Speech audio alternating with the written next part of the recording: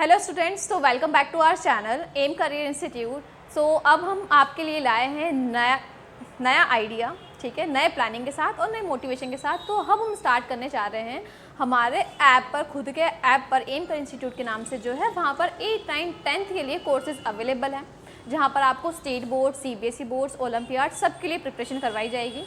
उनके साथ साथ वहाँ पर 2 चीज़ें एक्स्ट्रा और हैं, जैसे कि वहाँ पर आपके क्वेश्चन सीरीज़ जो है, special question series for the CBSE boards, दोनों के लिए अवेलेबल है, ठीक है। और इसी के साथ साथ जो भी आपके डाउट और क्वेरीज होंगे हम वहाँ पर आपके वो सब भी सॉल्व कर सकते हैं, ठीक है।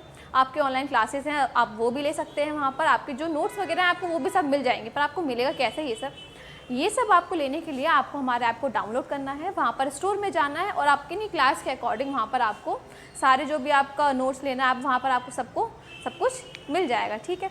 तो ये तो हो गई ऐप की बात। तो अब हम क्या स्टार्ट करने वाले हैं? पहली बात तो हम स्टार्ट करने वाले हैं पूरी 10th साइंस स्टार्ट कर रहे हैं। तो जो सिर्फ मैं पढ़ाऊँगी आपको सिर्फ साइंस का केमिस्ट्री पोर्शन, ठीक है।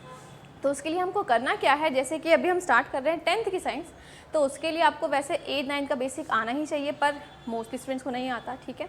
तो सबसे पहले हम बेसिक से स्टार्ट करेंगे, ठीक है, जो आपको अच्छे से आ जाना चाहिए। उसके अकॉर्डिंग जैसे ही आप बेसिक कंप्लीट करोगे तो आपका जो 10th का बेस है अच्छे से बनने के बाद आपकी जो आगे कॉन्सेप्चुअल चीज़ें हैं बहुत ईजी हो जाएंगी आपके लिए, क्योंकि केमिस्ट्री का पोर्शन ज़्यादा नहीं है पर थोड़ा सा complicated as compare to the students of the 10th class, है ना।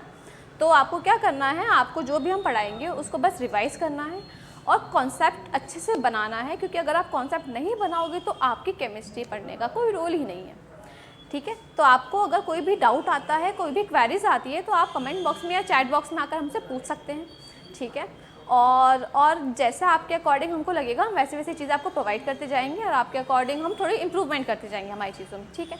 तो हम क्या स्टार्ट कर रहे हैं, हम स्टार्ट कर रहे हैं आज 10th केमिस्ट्री का first chapter chemical reaction. Okay students, so what happens in a chemical reaction. तो अगर हम केमिकल रिएक्शन की बात करें तो हमको 2 वर्ड सबसे फर्स्ट दिमाग में क्लिक करना चाहिए। कौन कौन से? एक तो केमिकल एंड दूसरी रिएक्शन।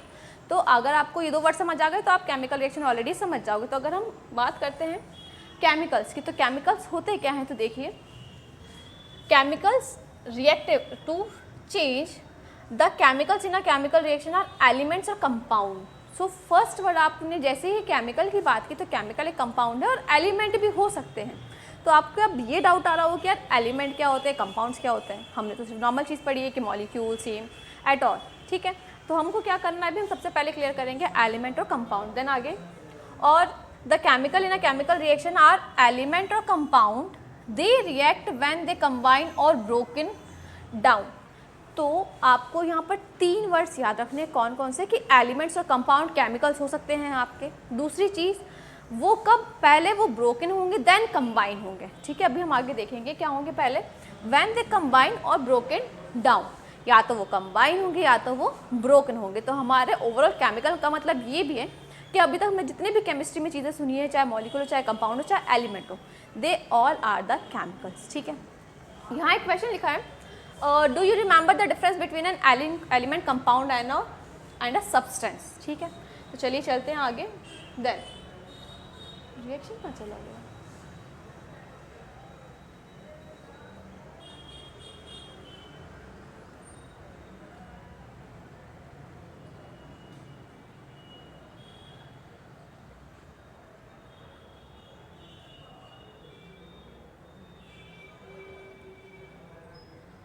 ठीक है, तो एलिमेंट और कंपाउंड के आगे जाने से पहले हम सबसे पहले देखेंगे जो केमिस्ट्री का सबसे बेसिक है, सबसे बेसिक मतलब जिसके बिना केमिस्ट्री इम्पॉसिबल है।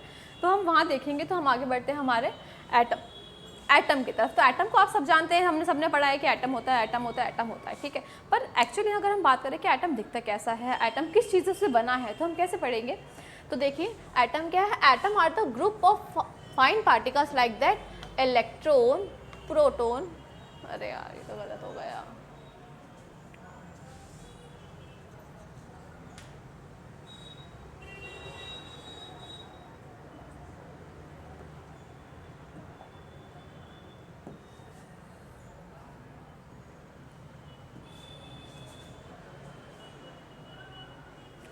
तो अगर हम एटम की बात करेंगे तो हमें सबसे पहले एटम की डेफिनेशन पता होना चाहिए। तो हम देखते तो एटम क्या है, atom are the group of fine particles like electron, proton and neutron. आप सब ने ये देखे तो होंगे, नहीं तो हम इमेजिनेशन से देखते हैं। तो एटम सबसे पहले आपको इमेजिन करना है कि किसी भी चीज़ में, चाहे हम एलिमेंट की बात करें, कंपाउंड की बात करें, केमिकल की, सबसे बेसिक चीज़ उसकी क्या होती है, एटम। अगर आप बायोलॉजी में किसी भी चीज़ की बात करते हो, सिस्टम की, ऑर्गन की, टिश्यू की, सबका बेसिक क्या होता है, आपका सेल होता है। उसी तरह से एटम हमारी पूरी केमिस्ट्री का बेसिक है। जितने भी केमिकल्स बनेंगे, कंपाउंड्स बनेंगे, सब किससे बनेंगे, आपके एटम से। तो एटम है क्या एक्चुअली में, एटम 3 चीज़ों से मिलकर बना है। कौन कौन से भी हमने देखा, एक electron, proton and neutron. Electron, proton and neutron क्या है, they are the fundamental particles. आप सबको वर्ड याद रखना है कि इलेक्ट्रॉन, प्रोटॉन एंड न्यूट्रॉन क्या है, फंडामेंटल पार्टिकल्स। ठीक है, आगे देखते हैं। Atoms are the basic building block of the matter. कोई भी मैटर होगा तो उसका बेसिक क्या होगा, एटम होगा। ठीक है, atoms are the made of the 3 types of the particles called fundamental particles. आप ये लोग यहाँ पर लिखेंगे क्या, fundamental particles, proton, neutron and electrons. Proton and neutrons are the located in the nucleus and the shells. ठीक है, चलो तो अब हम आपको देखते हैं क्या होने वाला है। ठीक है, देखो, तो अगर मैं एटम की बात करूँ तो ये मैं बोल सकती हूँ कि एटम का सेंटर पार्ट है। क्या है बेटा, सेंटर पार्ट। सेंटर मतलब कि हमको इमेजिन करना है कि एक स्फीयर है। ठीक है, आप इमेजिन करो कि ऐसा बहुत बड़ा स्फीयर है और स्फीयर का जो बिल्कुल सेंटर वाला पार्ट है, जो कंसंट्रेटेड होता है सेंटर में, उसको हम क्या बोल सकते हैं, ये वाला स्ट्रक्चर जिसको हम क्या बोलते हैं, न्यूक्लियस। ठीक है, अब जो ये सेंटर वाला पार्ट है वहाँ तो न्यूक्लियस हो गया। न्यूक्लियस हम जैसे सेल में पढ़ते तो वाला बायोलॉजी सेल वाला न्यूक्लियस बिल्कुल नहीं है। ठीक है, control and director, not at all. तो यहाँ पर कौन सा है, हम यहाँ पर एक सेंटर वाले पार्ट की बात करते हैं, न्यूक्लियस, जहाँ पर कौन कौन होता है, एक तो होता है प्रोटॉन और दूसरा क्या होता है यहाँ पर आपका न्यूट्रॉन। तो अगर मैं बोलूँ कि जो एटम है उसके सेंटर में कौन रहता है, तो आपको जल्दी से क्लिक करना है दिमाग में, कौन कौन रहता है, प्रोटॉन एंड न्यूट्रॉन, जिनको मिला के हम क्या बोलते हैं, न्यूक्लियॉन्स। क्या बोलते हैं हम यहाँ पर, इन दोनों को मिला के हम प्रोटॉन एंड न्यूट्रॉन को मिला के बोलते हैं न्यूक्लियॉन्स। तो आपको पता चल गया कि जो 3 हमारे पार्टिकल थे, इलेक्ट्रॉन, प्रोटॉन एंड न्यूट्रॉन, उसमें से जो हमारा स्फीयर था इतना बड़ा, उसके सेंटर में कौन कौन रहता है, आपका प्रोटॉन और न्यूट्रॉन, जिनको मिला के हम बोलते हैं न्यूक्लियॉन्स। अगर आपसे कोई पूछे कि न्यूक्लियॉन्स कहाँ प्रेजेंट होते तो आप क्या बोलोगे, in the centre of the atom और the nucleus of the atom. ठीक है, अब हमारा थर्ड बचा इलेक्ट्रॉन। तो अगर हम इलेक्ट्रॉन की बात करें तो इलेक्ट्रॉन कहाँ रहते हैं, ये सराउंडिंग्स में कौन रहता है, हमारा इलेक्ट्रॉन। ठीक है, ये एक ऐसा स्ट्रक्चर है, एक इमेजिनरी, जिसमें बहुत सारे इलेक्ट्रॉन्स है। तो हमारा जो पेरिफेरल वाला स्ट्रक्चर है या सराउंडिंग है न्यूक्लियस, उसमें क्या रहता है आपका इलेक्ट्रॉन। तो जैसे कि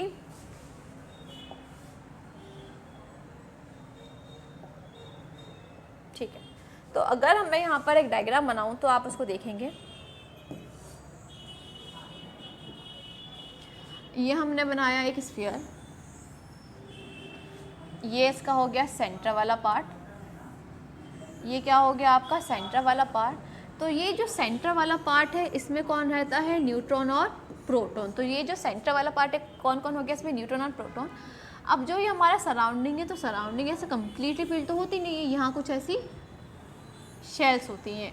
बाकी आप आगे डिटेल में पढ़ोगे नेक्स्ट चैप्टर में कि शेल्स क्या होती हैं। ये हमारी कुछ शेल्स है जहाँ पर एक्चुअली में कौन रहता है, यहाँ पर रहते हैं आपके इलेक्ट्रॉन। तो जैसे ही प्रोटॉन और न्यूट्रॉन के रहने की जगह क्या थी, प्रोटॉन और न्यूट्रॉन की रहने की जगह थी न्यूक्लियस, उसी तरह से इलेक्ट्रॉन की रहने की जगह को हम क्या बोलते हैं, शेल्स। ठीक है, क्लियर हुआ आपको कि इलेक्ट्रॉन कहाँ रहते हैं, इलेक्ट्रॉन हमेशा पेरिफेरल में, या हम बोलते हैं हमेशा शेल्स में रहते हैं, शेल्स में रहते हैं। और अगर हम बोलें कि प्रोटॉन न्यूट्रॉन कहाँ रहते हैं, तो हमेशा सेंटर में रहेंगे, जो सेंट्रली कंसंट्रेटेड होता है। तो वहाँ पर कौन रहेंगे, आपके न्यूट्रॉन एंड प्रोटॉन। तो एक और चीज़ हम यहाँ पर देखते हैं, आपको पता होगा कि न्यूट्रॉन कैसा होता है। न्यूट्रॉन की अगर मैं चार्ज की बात करूँ तो ये न्यूट्रल होता है, मतलब हम 0 बोल सकते हैं।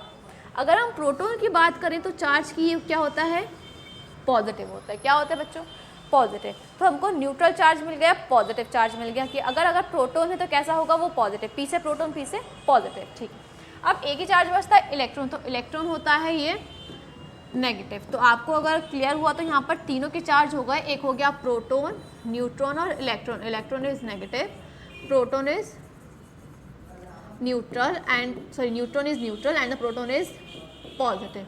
तो P से प्रोटॉन, P से पॉजिटिव, N से न्यूट्रॉन, N से न्यूट्रल, E से इलेक्ट्रॉन पर, N से नेगेटिव, याद रखना है आपको, ठीक है। तो अगर मैं बोलूँ एक चीज़ आपसे कि ये जो हमारा एटम है, एटम में सेंटर में न्यूक्लियस है और पेरिफेरल में इलेक्ट्रॉन है, और आप यहाँ पर देख सकते हो कि यहाँ पर ये वाला स्पेस जो है कैसा है, एम्प्टी स्पेस है। तो अगर यहाँ पर इस जगह पर एम्प्टी स्पेस है तो ये एटम स्टेबल कैसे है, किस वजह से स्टेबल है? तो ये आप बच्चों आप सारे इसका आंसर बताओगे चैट बॉक्स में कि अगर ये एटम स्टेबल है तो किस वजह से, मतलब जो हमारे ये शेल्स सेपरेटेड है तब भी एटम स्टेबल है, कंबाइंड फॉर्म में है, तो ऐसा क्यों है आप बताओगे नेक्स्ट उसमें, ठीक है। चलिए तो हम आगे देखते हैं कि अब एटम में हमको दो चीज़ें ऐसी जो हमेशा याद होनी चाहिए। एटम को हमने क्या पढ़ लिया, एटम किससे मिलके बना है, इलेक्ट्रॉन, प्रोटॉन और न्यूट्रॉन से बना है, ठीक है। तीनों का चार्ज क्या होता है, कौन कहाँ रहता है, ये हमने देख लिया। अब एटम में हमारी दो चीज़ें आपने बहुत बार सुनी है, चाहे आप 8th क्लास की बात करो, चाहे आप 12th क्लास की बात करो, आपको दो चीज़ें हमेशा सुनने को मिलती है, एक एटॉमिक नंबर, एक एटॉमिक मास, ठीक है। दोनों में डिफरेंस है, हम देखते हैं क्या डिफरेंस है। तो एटॉमिक नंबर क्या होता है, एटॉमिक नंबर होता है, atomic number is the atomic number of an element is the number of proton in the nucleus of each atom of that element. अभी हमने पढ़ा, अभी हमने एलिमेंट की बात नहीं कर रहे हैं, हम सिर्फ एटम की बात कर रहे हैं। तो अगर मैं बोलूँ किसी एटम में प्रोटॉन कहाँ रहता है तो आप बोलोगे सेंटर में रहता है, सबको पता है, कॉमन सेंस है ये, ठीक है।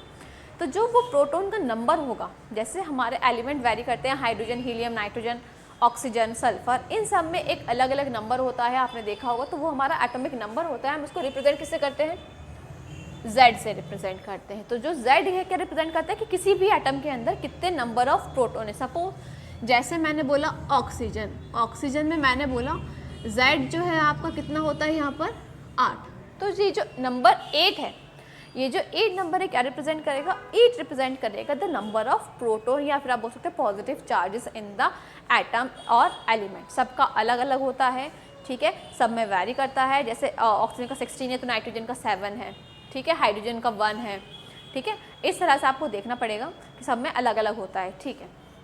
उसके बाद एटॉमिक मास, एटॉमिक मास से आप ऐसा नहीं समझना है कि वेट होता है कि हाँ कितना किलो का एटम है, कौन सा कितने केजी का एटम है, तो ऐसा नहीं है, अपने दिमाग में ये बिल्कुल नहीं लाना है, ठीक है।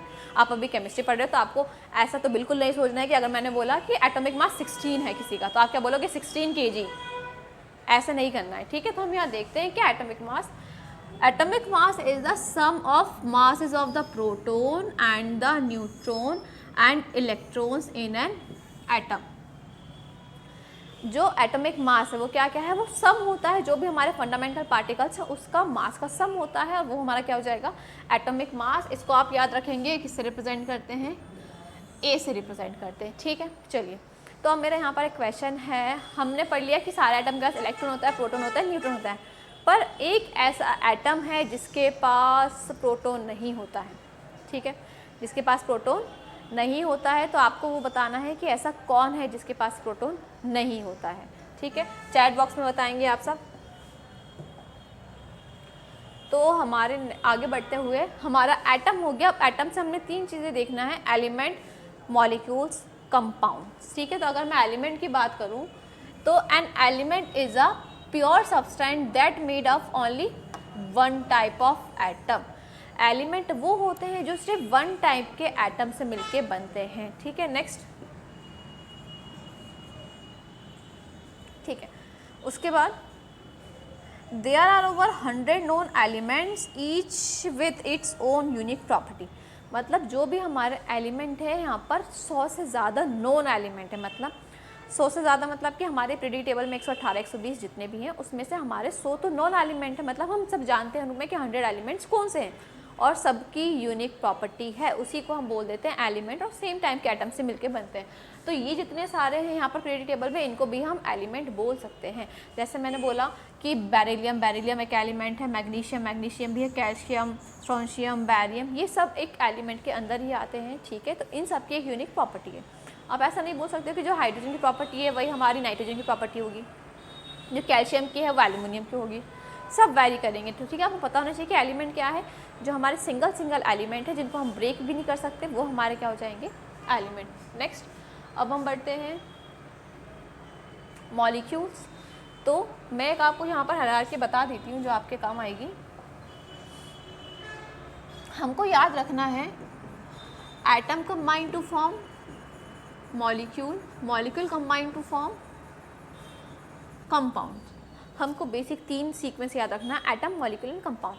Group of atoms form the molecule and group of molecules form the compound. But how? So a molecule is a group of 2 or more atoms held together by a chemical bonds. 2 or more atoms. Suppose हमारा atom तो spherical है, ये एक atom है, A बोल दिया, ये atom है, ये B है, ये दोनों एक दूसरे अटैच है बाय अ केमिकल बॉन्ड. यहाँ पर कुछ ना कुछ बॉन्ड होगा. बॉन्ड की जितनी भी बात करते हैं हम सब पढ़ेंगे हमारे 4 चैप्टर में कार्बन एंड कंपाउंड्स में. यहाँ पर हमको मेनली क्या पढ़ना है, केमिकल रिएक्शंस के बारे में. ठीक है, तो अगर ये एटम है, ठीक है, ये दूसरा एटम है, अब ये एक दूसरे से किसी बॉन्ड के थ्रू ज्वाइन कर रखे हैं, तो ये हमारा पूरा, अगर मैं बोलूँ कि इतना, ये पूरा हमारा क्या हो जाएगा, मॉलिक्यूल. अगर हम सिंगल बात करेंगे तो एटम ज्वाइन हो गया तो क्या हो जाएगा, molecule. Next examples of molecules देखो, वाटर. वाटर में कितने एटम है बताओ, एटम वाटर में 3 एटम है. कितने, 2 हाइड्रोजन के एंड ऑक्सीजन का. एंड कार्बन डाइऑक्साइड CO2 सबको पता है. कार्बन डाइऑक्साइड इज, जब हम एक्सपायरेशन करते हैं तो हम CO2 एक्सहेल करते हैं, है ना. तो CO2 वो वाली CO2 है. तो ये कितने एटम है यहाँ पर, 3 एटम है. तो जिसको अभी एटम गिनना नहीं आ रहा कि how many atoms in the water and how many atoms in the carbon dioxide, how many atoms in the glucose, वो भी आपको धीरे धीरे आएगा जैसे जैसे हम आगे बढ़ते जाएंगे, है ना. तो अभी किसी को स्ट्रेस नहीं लेना है कि नहीं हमको तो समझ ही नहीं आ रहा, बट जो डाउट है आप वो पूछ सकते हैं. ठीक है, तो हमारा एटम क्लियर, एलिमेंट हो गया एंड मॉलिक्यूल्स हो गया. अब हम आगे बढ़ते हैं.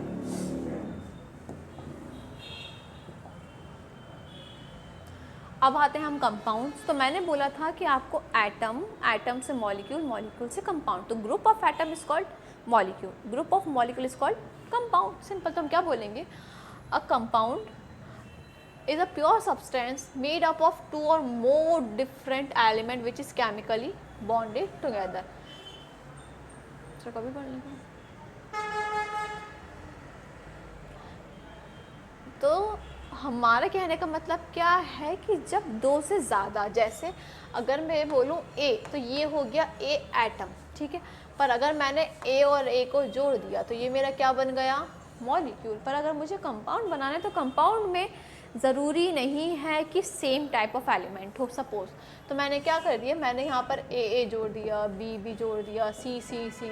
तो ये डिफरेंट टाइप ऑफ एटम्स को मैंने कंबाइन कर दिया. पर कंबाइन किससे होंगे, हमेशा बॉन्ड से कंबाइन होते हैं. ठीक है, ऐसा नहीं बोलोगे आप कि हमने तो फेविकोल लिया और हमने चिपका दिया, ऐसा नहीं करना है. ठीक है, तो अभी हम केमिस्ट्री पढ़े तो हमको याद रखना है कि जब हमको ज्वाइन करना है तो यहाँ पर जब भी एटम्स और मॉलिक्यूल बनते हैं और कंपाउंड बनते हैं तो किससे बनते हैं, आपके बॉन्ड्स के थ्रू.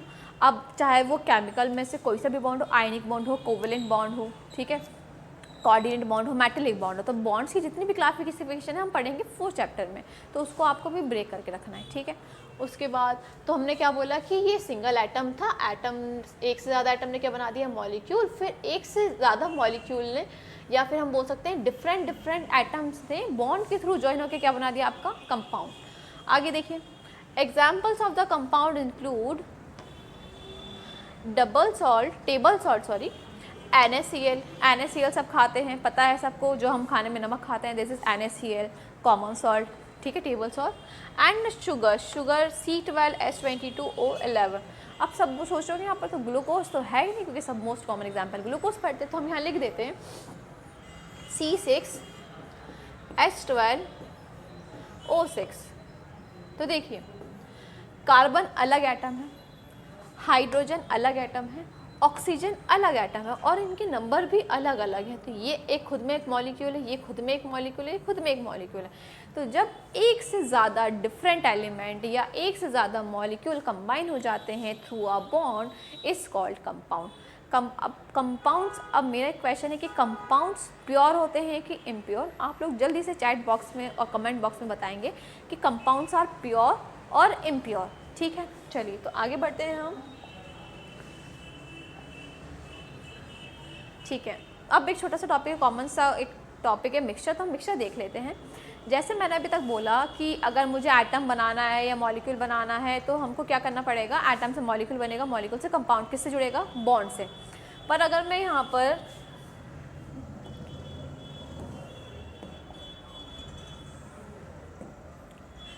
पर हम मिक्सचर की बात कर रहे हैं, मिक्सचर, ठीक है। मिक्सचर्स क्या होते हैं, तो मिक्सचर का मतलब ये नहीं बोलना है कि नहीं हमने तो चीनी में नमक मिला दिया, इसको all mixture, not at all, ठीक है। ऐसा कुछ भी नहीं करना है, ठीक है।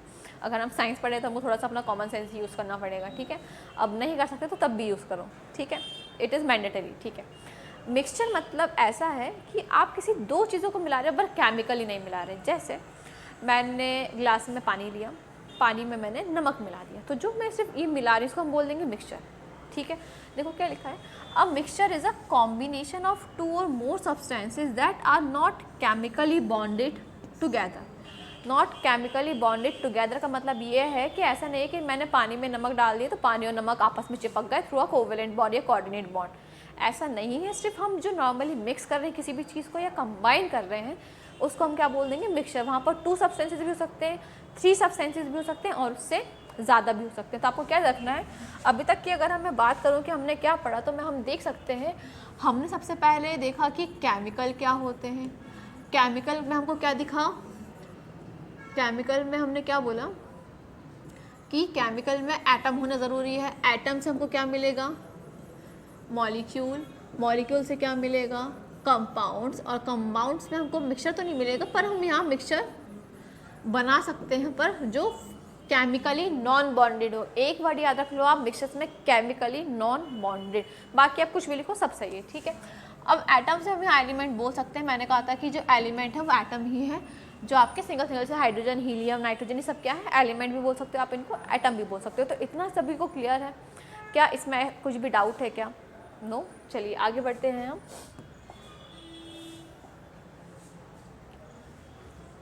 तो अभी तक हमारा जितना बेसिक था, भले ही आपकी बुक में ऐसा कुछ लिखा नहीं मिलेगा, आपको ऐसा नहीं मिलेगा भी फर्स्ट चैप्टर में कि एलिमेंट क्या होता है, कंपाउंड क्या होते हैं, एटम क्या होता है, ये सब आपको बुक में नहीं मिलेगा क्योंकि ये आपका प्रीवियस क्लास का सिलेबस है और 9th क्लास का, आपको पता होगा वहाँ पर चैप्टर उसमें आता है एलिमेंट, कंपाउंड्स, तो आपको वो पढ़ के रखना है। नहीं भी आता तो कोई दिक्कत नहीं है, हम यहाँ पर सब सिखाएंगे आपको, आप ही को सिखाने के लिए तो पढ़ा रहे हैं हम, है ना। तो हमारे लर्निंग ऑब्जेक्टिव्स क्या हैं कि अगर हम पढ़ते हैं, अगर हम लेक्चर कंप्लीट करते हैं, हमको यहाँ पर क्या सीखने को मिलेगा इस चैप्टर में, ठीक है। तो फर्स्ट क्या मिलेगा आपको, explain the law of conservation of mass. Law of conservation of मास हमें पता होना ज़रूरी है, बहुत बहुत इंपॉर्टेंट है। Second, parts of chemical reaction, हमने केमिकल पढ़ लिया, ठीक है। अभी हमारा बाकी जो चीज़ें हैं वो बाकी हैं, हमको पार्ट्स ऑफ केमिकल रिएक्शन पढ़ना है, केमिकल रिएक्शन में क्या क्या होता है। Next, balancing chemical equation. Balancing chemical equation is more important, क्योंकि अगर आप किसी भी 10th के प्रीवियस ईयर के क्वेश्चन पेपर देखोगे तो आपको बैलेंसिंग इक्वेशन क्वेश्चन आते ही हैं इस चैप्टर से। ये जो चैप्टर है ईजी है, पर इसका अगर हम बात करें कि इसके क्वेश्चंस कितने हैं तो बहुत ही ज़्यादा आते हैं, ठीक है। तो आपको इसको अच्छे से प्रिपेयर करना है, ठीक है। नेक्स्ट क्या है, classify chemical reaction according to type. हमको यहाँ पर रिएक्शंस के टाइप पढ़ने होते हैं, अभी तक जो पढ़ रहे हैं उन्हें सुना होगा, displacement, double displacement, composition, combination और डीकम्पोजिशन रिएक्शन, वो सब इसी में इंक्लूड है। और लास्ट क्या है, effects of the oxidation in reduction in the daily life. तो हमारी जो डेली लाइफ है, हम बहुत सारी चीज़ें ऐसी देखते हैं, हम सोचते हैं कि ऐसा क्यों है, तो डेली लाइफ में जो ऑक्सीडेशन और रिडक्शन के इफेक्ट्स हैं, हमको वो देखना है कि हमारी जो डेली लाइफ है नेचुरली क्या क्या यहाँ पर होता है। तो हमारे अब लर्निंग ऑब्जेक्टिव हम स्टार्ट करते हैं।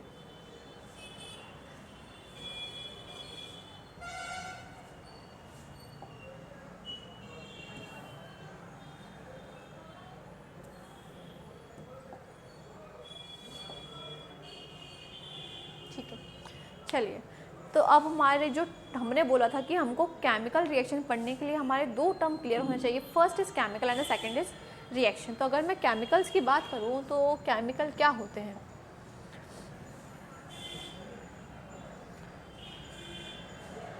Chemical is any substance that has a defined composition. Chemical कोई भी सब्सटेंस है जिसका डिफाइंड कंपोजिशन है। जैसे मैंने बोला, आप लोगों ने कॉमनली सुना होगा HCl, सबको पता है हाइड्रोक्लोरिक एसिड, उसका एक डिफाइंड कंपोजिशन है। जैसे किस किस से मिलकर बनाया है, अगर मैं यहाँ पर HCl की बात करूँ तो हाइड्रोजन एंड क्लोरीन। बाकी आप वो अभी यहाँ नहीं पढ़ोगे कि फिक्स्ड रेशो में मिलाते हैं, कितने कितने के रेशो में, तो वो अभी छोड़ते हैं। हमको क्या रखना है कि कोई भी सब्सटेंस है जिसका डिफाइंड कंपोजिशन है उसको हम केमिकल बोलते हैं। H2SO4 इज़ अ केमिकल, ठीक है। NaCl आपने पढ़ा इस chemical. C6H12O6 is chemical, C12H22O11 it's a chemical. तो ये सब केमिकल है, ये सब आप पढ़ते आए, तो जितनी भी केमिकल में चीज़ें आपको मिलेंगी सब केमिकल है, उनका डिफाइंड कंपोजिशन होना चाहिए, ठीक है। किसी को भी केमिकल में भी डाउट नहीं होना चाहिए। आई होप कि केमिकल सबको समझ आ गया हो कि what is the mean of the word chemical. Next हमारा टर्म क्या है?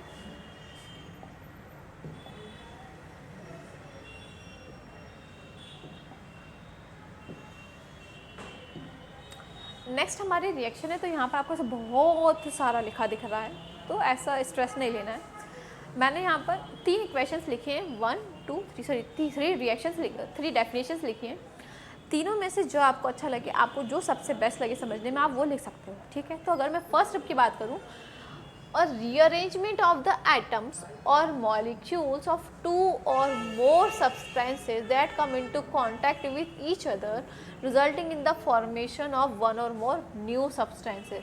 यहाँ पर जो सबसे पहले आपको याद रखना है वो न्यू सब्सटेंसेस वर्ड हमेशा याद रखना है, ठीक है। तो जैसे देखो,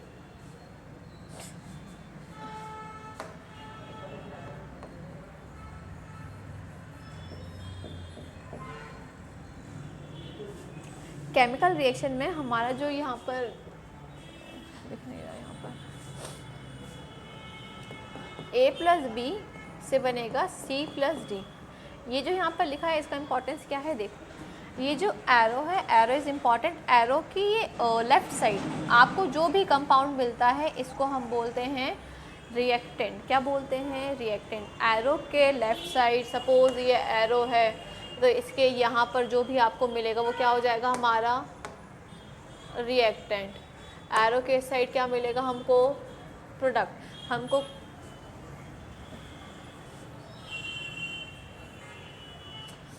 हमको 2 चीज़ें याद रखनी है, एक होता है रिएक्टेंट, एक होता है प्रोडक्ट। एरो के लेफ़्ट साइड रिएक्टेंट, एरो के राइट साइड प्रोडक्ट। अब रिएक्टेंट क्या होता है? सपोज अब हमने क्या किया, मैंने यहाँ पर हमको क्या बनाना था, हमको सॉल्ट बनाना था। हम क्या करेंगे, मैंने एसिड लिया, बेस लिया।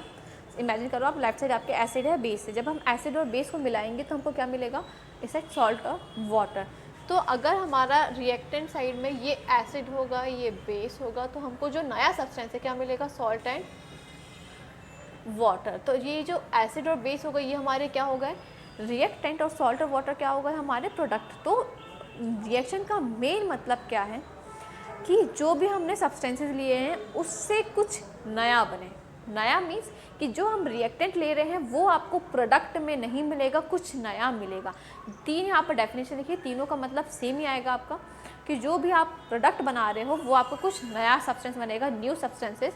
तो देखो एक बार फिर से, अरेंजमेंट ऑफ द एटम और molecules of 2 or more substances that come into contact with each other resulting in the formation of 1 or more new substances। अब वो न्यू सब्सटेंसेस एक भी हो सकता है और एक से ज़्यादा भी हो सकते हैं। नेक्स्ट डेफिनेशन यहाँ देखते हैं हम, chemical reactions occur when 1 or more compounds known as reactant are changed into 1 or more distinct substances known as product। तो जब हमने यहाँ पर एक और 2 सब्सटेंसेस को रिएक्ट करने के लिए रखा, जैसे ए और बी को, तो वो हमारे रिएक्टेंट हो गए। उनने आपस में रीअरेंजमेंट करके, रिएक्ट करके, कंबाइन होकर क्या बना दिया? कुछ नया बना दिया, जो हमारा क्या बन गया? Product. Substances are either chemical components और अ कंपाउंड। जो भी हमारे सब्सटेंसेस है, रिएक्टेंट और प्रोडक्ट्स, वो केमिकल कुछ भी हो सकता है, एलिमेंट, कंपाउंड कुछ भी हो सकता है, ठीक है। ऐसा नहीं बोल सकते आप नहीं आप एटम ही होगा रिएक्टेंट में, नहीं एलिमेंट ही होगा। This is not specific. Element भी हो सकता है, कंपाउंड भी हो सकता है, ठीक है, मॉलिक्यूल भी हो सकता है, कुछ भी हो सकता है, पर वो क्या करेंगे? रिएक्टेंट आपस में रिएक्शन करेंगे और कुछ नया सब्सटेंस बना देंगे, ठीक है।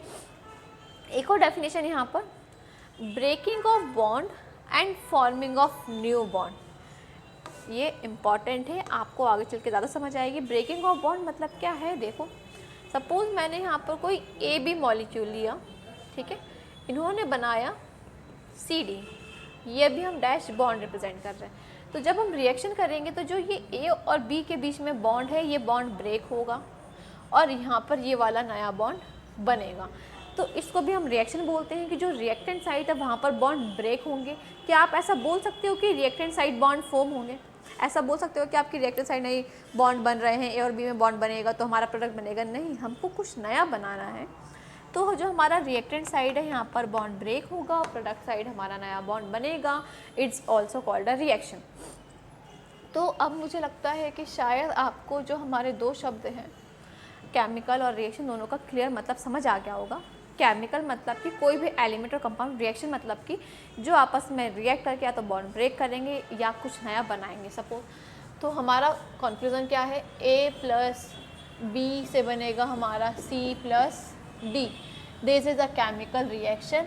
ये हमारे केमिकल हैं, इन दोनों ने आपस में रिएक्ट करके कुछ रीअरेंजमेंट किया, कुछ कॉम्बिनेशन किया और कुछ नया सब्सटेंस बना दिया, इस कॉल्ड प्रोडक्ट। तो ये हमारी पूरी हो गई रिएक्शन। ठीक है, क्लियर सबको, केमिकल रिएक्शन। ठीक है, तो अब हम आगे बढ़ते हैं।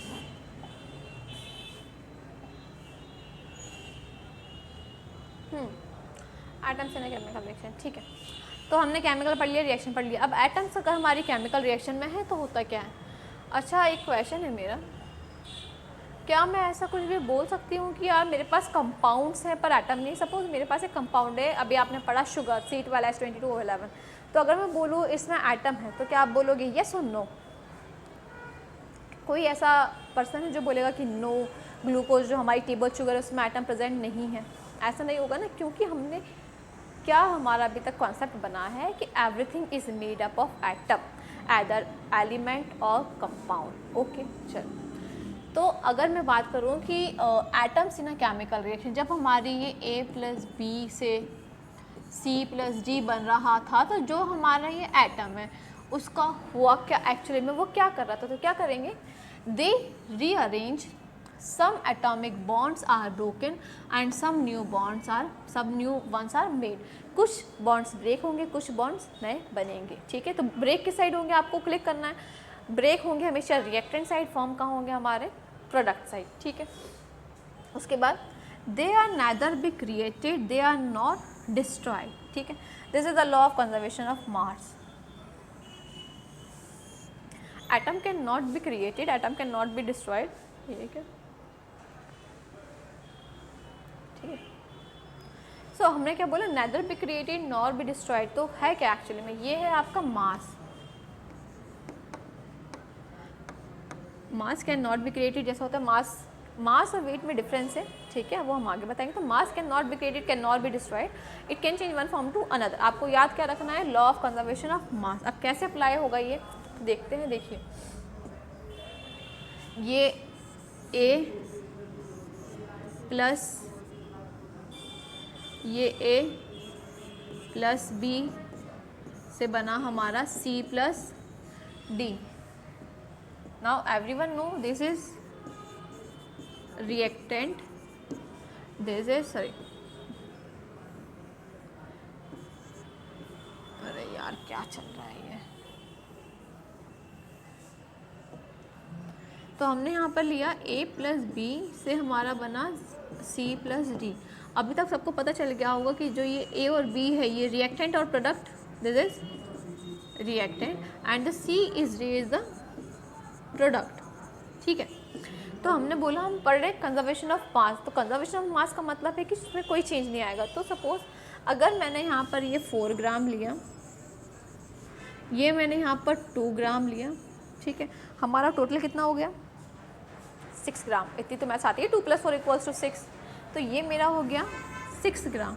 तो अगर मैं बोलूँ कि मुझे प्रोडक्ट साइड कितना मास मिलेगा, तो मुझे 6 ग्राम ही मिलेगा। सपोज चाहे वो यहाँ पर 2 हो, 4 ग्राम हो यहाँ पर, चाहे 3 ग्राम हो यहाँ पर, 3 ग्राम हो यहाँ पर, 5 ग्राम हो यहाँ पर, 1 ग्राम हो। ओवरऑल कहने का मतलब है कि जो रिएक्टेंट का मास है is equal to the mass of the product. मतलब हमारा मास जो है कंजर्व रहेगा, रिएक्शन चाहे कैसे भी हो उसमें मास का कोई लॉस नहीं होगा। यही हमारा क्या होता है, लॉ ऑफ कंजर्वेशन ऑफ मास। तो याद क्या रखना है आपको, या तो आप याद क्या रखेंगे, they are neither created not destroyed, और क्या याद रख सकते हो, in a chemical reaction the total mass of the substance before and after the reaction remains the same.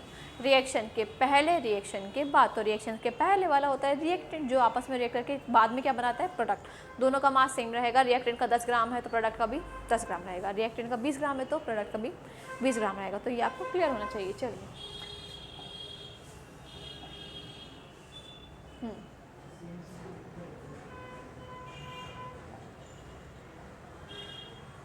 Quantity of element and their atoms remain the same before and ठीक है।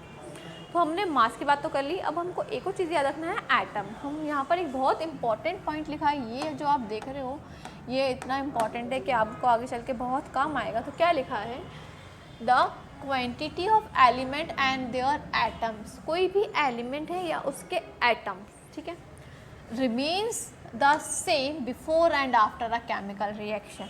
अगर कोई रिएक्शन है, कोई भी रिएक्शन है, तो उसका जो एटम या एलिमेंट का नंबर है वो रिएक्शन के पहले और रिएक्शन के बाद सेम रहेगा। कैसे, देखिए यहाँ हमारी ये आप एरो समझोगे कि रिएक्शन हो गई, दिस इज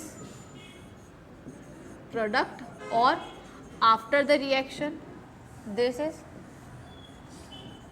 रिएक्टेंट और बिफोर द रिएक्शन। हमने बहुत कॉमन सा एग्जाम्पल लिया है H2 + O2 = 2H2O, ठीक है। तो हाइड्रोजन एंड ऑक्सीजन मिलकर क्या बनाएंगे, वाटर। तो अब यहाँ पर आपको देखना है, ये देखिए ये तो हो गया हमारा H2O मॉलिक्यूल, ये हमारा क्या हो गया, हाइड्रोजन मॉलिक्यूल। तो आपको भी ये पता होना चाहिए कि मैं इसको H2 को मॉलिक्यूल क्यों बोल रही हूँ, एटम क्यों नहीं, because it has 2 atom, it has combination of 2 atom, therefore it's called the molecule. अब जो इसके आगे है, तो यहाँ इसका मतलब क्या है, ये रिप्रेजेंट करता है आपके नंबर ऑफ मॉलिक्यूल्स को।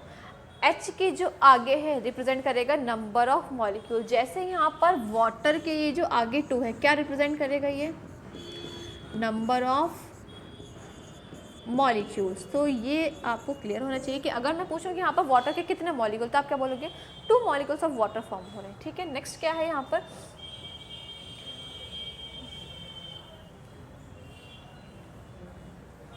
ठीक है, नेक्स्ट है जो ये आपको यहाँ पर छोटा सा नंबर दिख रहा है, ये क्या रिप्रेजेंट करता है, आपका नंबर ऑफ एटम। ये देखिए क्या लिखा है यहाँ पर, नंबर ऑफ एटम। तो मैं बोलूँ कि यहाँ पर हाइड्रोजन के कितने एटम है, तो आप कितने बोलोगे, 2 एटम।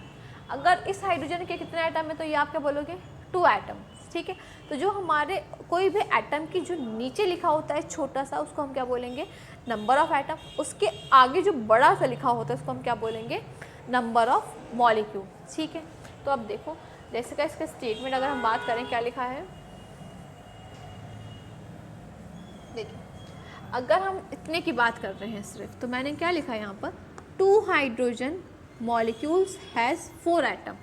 2 का मतलब क्या है, 2 मॉलिक्यूल्स ऑफ हाइड्रोजन है। मतलब अगर मैं इसको यहाँ पर ब्रीफ करूँ तो हम इसको लिख सकते हैं कुछ ऐसा, ये कुछ ऐसा है, ठीक है। 2 मॉलिक्यूल्स ऑफ हाइड्रोजन मतलब कि एक ये हाइड्रोजन का मॉलिक्यूल है, दूसरा ये, हैज़ 4 हाइड्रोजन एटम। कैसे 4 हाइड्रोजन एटम, इसके पास 2 एटम है, इसके पास 2 एटम है, टोटल कितने हो गए हमारे, 4 एटम। तो आपको अब ये क्लियर होना चाहिए कि हम मॉलिक्यूल, नंबर ऑफ मॉलिक्यूल कैसे कहते हैं और नंबर ऑफ एटम कैसे कहते हैं, ठीक है। और आप कैसे नंबर ऑफ एटम कैलकुलेट कर सकते हो किसी भी मॉलिक्यूल में। तो जैसे मैंने बोला कि इस वाटर मॉलिक्यूल में, ये जो हमारा वाटर मॉलिक्यूल है, कितने नंबर ऑफ हाइड्रोजन एटम है, तो आपको विदाउट सेकेंड लेते हुए, तो आपको बिना सेकेंड लिए हुए क्या बताना है कि मैम इसमें तो 4 हाइड्रोजन एटम्स है। अगर मैं पूछूं ऑक्सीजन कितने एटम्स, तो आपको बोलोगे 2 ऑक्सीजन एटम्स है। आपको ये फट से पता होना चाहिए, इसमें टाइम लेने वाली कोई बात नहीं है। तो आपको ये बहुत अच्छे से याद रखना है कि जो हमारा किसी भी मॉलिक्यूल का आगे वाला नंबर है, this is the number of molecules, and छोटा वाला है, this is the number of atom. तो अगर मैं इसको ब्रीफ लिखूँ तो मैं क्या लिख सकती हूँ, मैं इसको लिख सकती हूँ, देखिए ऐसा, H2O, 2 मतलब 2 मॉलिक्यूल्स ऑफ H2O। अब जो हमारा ये आप देख रहे हो छोटा सा, ये क्या है, एटम, ये क्या है, एटम।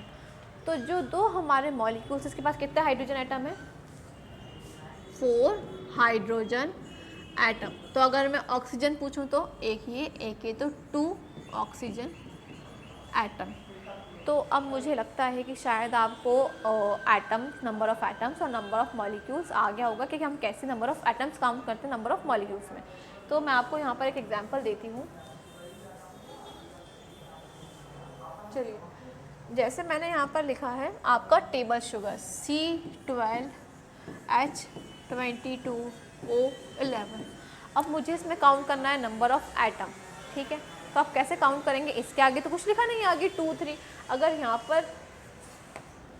अगर यहाँ पर कुछ भी नंबर लिखा होता है इसके आगे, तो हम बोल देते हैं, उसको मल्टीप्लाई करते हैं, हम बोलते हैं कि इतने नंबर ऑफ मॉलिक्यूल्स हैं।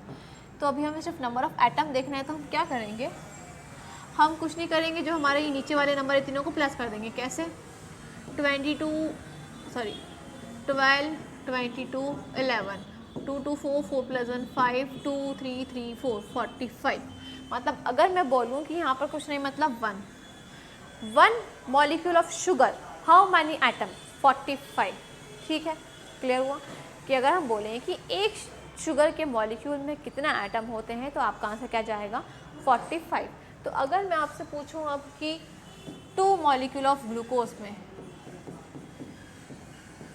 अगर मैं आपसे पूछूं 2 मॉलिक्यूल्स ऑफ ग्लूकोज में कितने एटम होते हैं, तो आपको आंसर फर्स्ट आना चाहिए और आप बिल्कुल चैट बॉक्स में मुझे आंसर बताएंगे कि 2 मॉलिक्यूल ऑफ ग्लूकोज में कितना एटम है। और इसी के साथ मेरा एक क्वेश्चन है, how many molecules present in the glucose.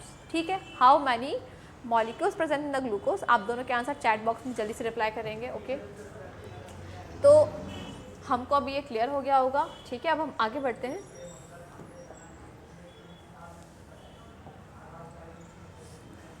ठीक है, तो हमारा क्या लिखा है, chemical formula versus chemical equation. मतलब हमारे केमिकल फार्मूला क्या है, केमिकल इक्वेशन क्या है, बेसिक चीज़ है। आपको ऐसा बिल्कुल स्ट्रेस नहीं लेना है कि नहीं ये तो क्या हो गया यार, chemical formula and chemical equation, ऐसा कुछ नहीं है। हम बिल्कुल स्लो पढ़ेंगे, जो जो आपको बिल्कुल समझते चलना है, जो जो समझ नहीं आया आप उनसे पूछ सकते हैं। ठीक, तो हम चलते हैं। ठीक है, तो अगर मैं बोलूँ कि ये पूरी जो यहाँ पर लिखी है, जैसे H2 + O2 2H2, this overall क्या है, केमिकल इक्वेशन। क्या है, केमिकल इक्वेशन। पर अगर मैं पूछूं कि सिर्फ ये क्या है, ये this is chemical formula. Chemical formula मतलब कि किसी भी मॉलिक्यूल या किसी भी कंपाउंड का जो केमिकली हम उसको लिखते हैं वो क्या है, तो वो हो जाएगा उसका केमिकल फार्मूला। जैसे मैंने बोला सल्फ्यूरिक एसिड, तो अगर मैं यहाँ पर लिख दूँ आपका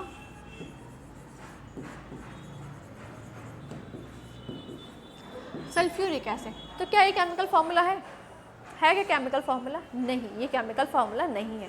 जब तक हमको किसी भी केमिकल का या मॉलिक्यूल का उसका एटम मॉलिक्यूल दिखना चाहिए कि नंबर कौन सा एटम है, कौन सा मॉलिक्यूल अटैच नहीं हुआ, तब तक हम उसको केमिकल फार्मूला नहीं बोलेंगे। पर अगर मैं इसकी जगह लिखूँ सल्फ्यूरिक एसिड इज़ H2SO4, तो हाँ हम अब बोल सकते हैं दिस इज़ केमिकल फार्मूला। ठीक है, ऐसे ही अगर मैं बोलूँ कि मुझे केमिकल इक्वेशन लिखना है हाइड्रोक्लोरिक एसिड की, तो क्या ये केमिकल इक्वेशन है? दिस इज केमिकल इक्वेशन और not HCl? No, it is not a chemical equation, it is a chemical formula. अगर मैं इक्वेशन की बात करूँ तो हम कैसे लिखेंगे, H2 + Cl2 = 2HCl। अब मैं बोल सकती हूँ कि ये पूरी क्या है, हमारी केमिकल इक्वेशन।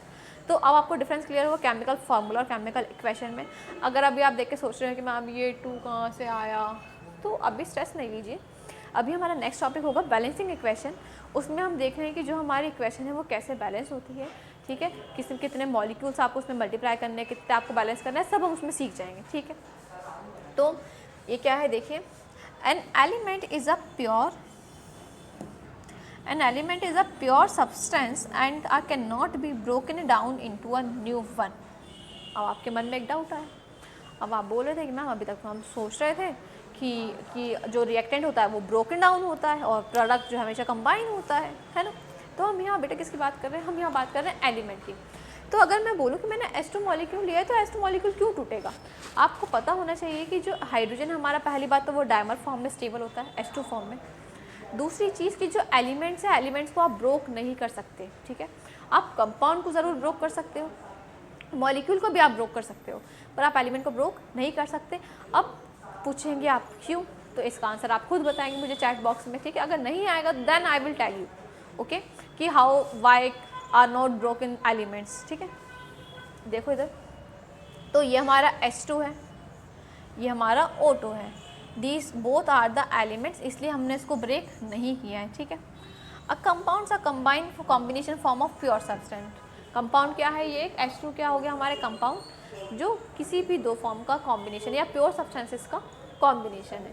ठीक है, सिंपल सी चीज़ है। बाकी आपको पता है क्या क्या यहाँ पर बताया, आप बता सकते हो, बताओ आप इस इक्वेशन में मुझे क्या क्या बता सकते हो? आप मुझे बता सकते हो number of atoms, number of molecules, chemical equation. अब यहाँ पर एक लाइन लिखी है, chemical equation tells the story of the chemical reaction. फिर से कन्फ्यूजन आ गई, केमिकल इक्वेशन और केमिकल रिएक्शन। ठीक है, तो केमिकल इक्वेशन क्या है? केमिकल इक्वेशन है ये जो सीधे लिखी हुई है। अगर मैं बोलूँ राइट द केमिकल इक्वेशन, आप फट से लिख दोगे 2H2 plus O2 equals to 2H2। ये क्या है? Chemical equation. पर केमिकल रिएक्शन को अगर हमें ब्रीफ करना हो with the help of chemical equation, तो हम वो देखते हैं हम कैसे करेंगे वो।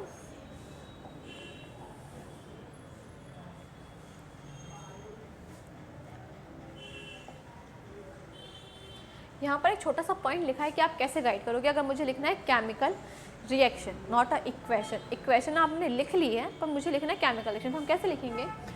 ये जहाँ जो भी हमारा मॉलिक्यूल होगा, सपोज यहाँ पर ए है, प्लस से पहले तो ए है, तो हम क्या लिखेंगे? ए रिएक्ट विथ जो भी हमारा सेकेंड होगा B.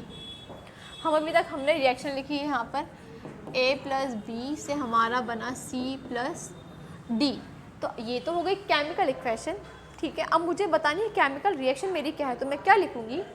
A plus react with B to yield और produces C and D. Clear हुआ?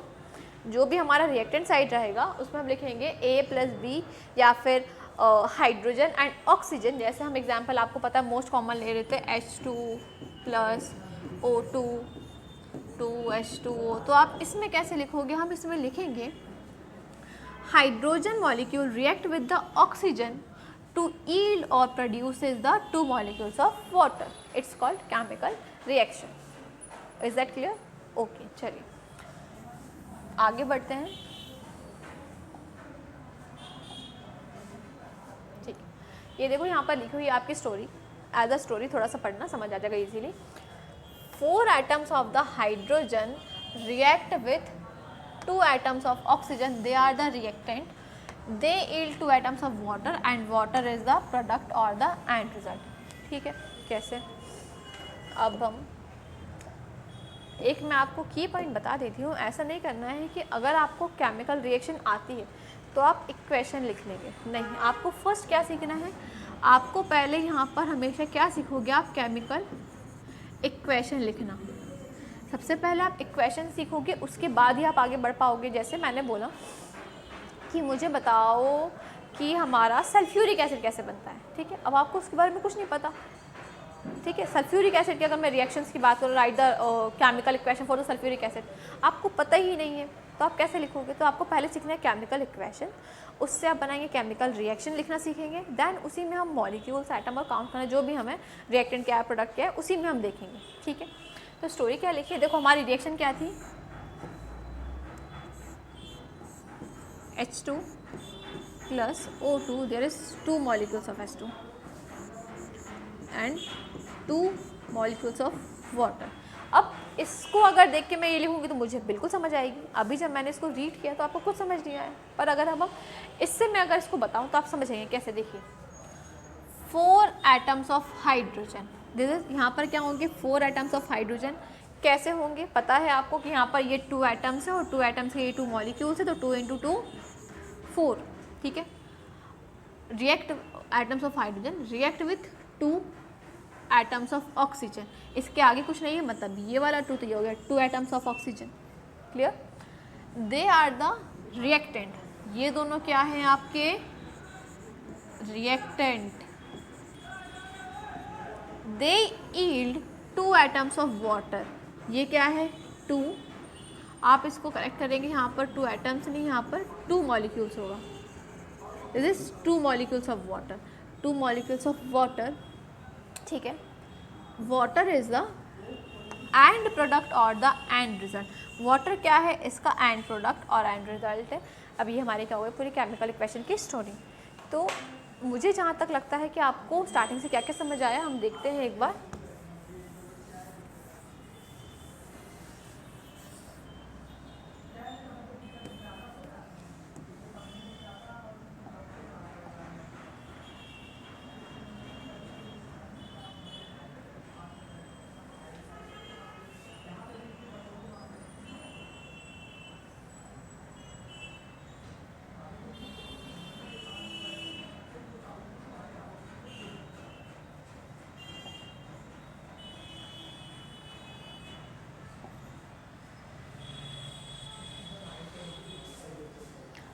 तो अगर मैं यहाँ पर समरी की बात करूँ तो अब मुझे क्या क्या लगता है हमने क्या क्या पढ़ा। सबसे पहले हमने